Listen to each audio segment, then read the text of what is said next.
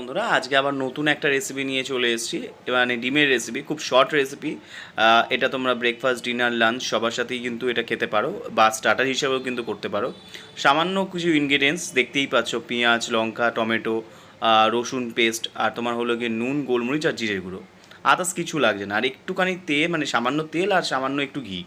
এটাই হচ্ছে main ingredients, others কিছু কিছু কিন্তু লাগছে না। আচ্ছা, এর মধ্যে তোমার হলো গিয়ে ডিম, আমি কিন্তু সেদ্ধ বয়েল এগ নিয়েছি তোমার 5টা। এটাকে মাঝখান থেকে কাট করে নেবো, ঠিক আছে। সো প্রথমে আমি একটা প্যানের মধ্যে তোমার হলো গিয়ে মানে তাওয়া, যেহেতু বয়েলড এগ বা তোমার হলো গিয়ে তাওয়া ফ্রাই করছি, তাওয়া এগ ফ্রাই। সো সেক্ষেত্রে এখানে আমি তাওয়াটাকে গরম করেছি, তার মধ্যে তেল এবং ঘিটাকে ইউজ করেছি। তুমি দেখতে পেয়েছো পরিমাণ মতন, দেখতে গেলে এটা 3 চামচ মতন সরষের তেল রয়েছে, আর তোমার হলো গিয়ে 2 চামচ মতন ঘি রয়েছে। তো এক এক করে সব ডিম ওর মধ্যে দিয়ে দেবো। এবার হালকা ব্রাউনিশ, মানে এটা কিন্তু কুসুমের দিকটা আগে ভাজা হবে, দেন তারপরে পিঠটা ভাজা হবে। সো ওটাকে, ডিমটাকে একটু উল্টে দেবে, ঠিক আছে। সো আস্তে আস্তে করে স্লো ফ্লেমে, বেশি জোরে নয়, মানে বেশি হাই ফ্লেমে নয়, তাতে কী হবে, মানে ডিমটা পুড়ে যাওয়ার চান্সেস থাকে বেশি, ঠিক আছে। সো মোটামুটি দেখতে পেয়েছো লাল রঙের পুরো ব্রাউনিশ হয়ে গেছে একটা। তো এর মধ্যে মানে ডিমটাকে এক সাইড করে, তার মাঝখানে এক সাইড করে তোমার পেঁয়াজটা আমি দিয়ে দেবো। যে পেঁয়াজটা কাট করে রেখেছি, এটা বড় বড় সাইজের যে পেঁয়াজ আছে সেটা দুটো দিয়েছি, ঠিক আছে। এবার কেউ যদি পেঁয়াজ কম খাও, সে কম ইউজ করতে পারো, বেশি খেলে বেশি ইউজ করতে পারো, তোমাদের উপর। তো পেঁয়াজটাকে একটু সেদ্ধ করার জন্য আমি আগে থেকে কিন্তু নুনটা ইউজ করে নিয়েছি, যাতে পেঁয়াজটা তাড়াতাড়ি গলে যায়, ঠিক আছে। এর মধ্যে লাস্টে দিয়ে দিলাম একটুখানি তোমার হলো গিয়ে টমেটো, আর তোমার হলো গিয়ে বা যে কাঁচা লঙ্কাটা কুচি করে রেখেছিলাম ওটা দিয়ে দিলাম। আচ্ছা, এই ক্ষেত্রে একটা জিনিস আমি তোমাদের বলে দিই, এই যে রান্নাটা হবে একটু কিন্তু হালকা আঁচে করবে, বারবার রিপিট করছি।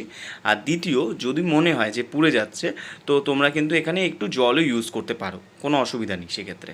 কিন্তু এটা কিন্তু কোনো রকমভাবে ইয়ে হবে না, মানে জলের মানে কোনো রকম গ্রেভি হবে না, এটা পুরোটাই কিন্তু শুকনো হবে, ঠিক আছে। সো এর মধ্যে দিয়ে দিলাম রসুন পেস্টটা, যেটা বাকি ছিল। দেন তার মধ্যে তোমার নামানোর আগে মোটামুটি কিন্তু এটা হয়েই এসছে, কিন্তু বেশিক্ষণ লাগে না, ঠিক আছে। তো এর মধ্যে একটু নুন, গোলমরিচের গুঁড়ো আর জিরের গুঁড়ো যেটা বাকি ছিল সেটা দিয়ে একটু টস করব, ঠিক আছে। তো এর মধ্যে আমি আরেকটু, আমার যেহেতু মানে আঁচটা যেহেতু একটু বেশি হয়ে গেছিলো, তো একটু পুড়ে যাওয়ার মানে মনে হচ্ছিলো, তো সেক্ষেত্রে আমি একটুখানি জল অ্যাড করেছি, আদার্স কিছু না। আচ্ছা, একটা জিনিস আমি দেখাতে ভুলে গেছি, সেটা হচ্ছে ভিনিগার। এটা অপশনাল, থাকলে দিও, না থাকলেও কোনো অসুবিধা নেই, ঠিক আছে।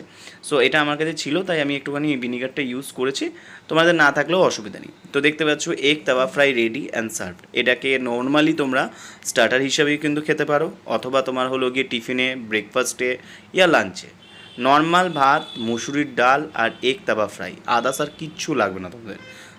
মানে ডিমের একটা নতুন রেসিপি, এটা একবার করে তোমরা খেয়ে আমাকে কমেন্ট করে জানিও যে কীরকম লাগলো।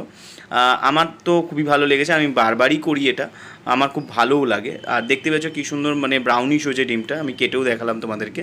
সো খুব তাড়াতাড়ি নতুন রেসিপি নিয়ে তোমাদের কাছে দেখা হচ্ছে। ওকে, থ্যাংক ইউ।